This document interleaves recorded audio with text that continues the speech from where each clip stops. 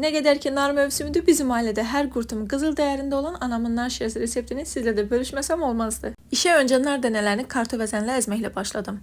Bu yol çətin və yorucu olsa da blenderdən keçirəndə dənələrin acılığı çıxa bilər və ya nar sıxan aparatla da qabığının acılığı keçdiyi üçün bu üsulla üstünlük verirəm. Dənələri əzəndən sonra əlimlə sıxıb qalan bütün suyunu çıxarıram.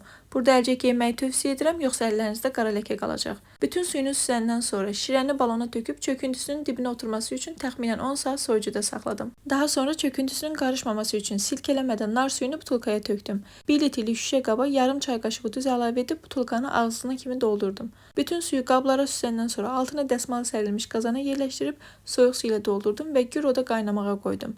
1 saat qaynadandan sonra butulkaları çıxarıb qalın adyala yana yatırılmış şəkildə büküb bir gün gözlətdim. Nar suyunu butulkalara süzəndə axmış olan çöküntüdən narahat olmayın.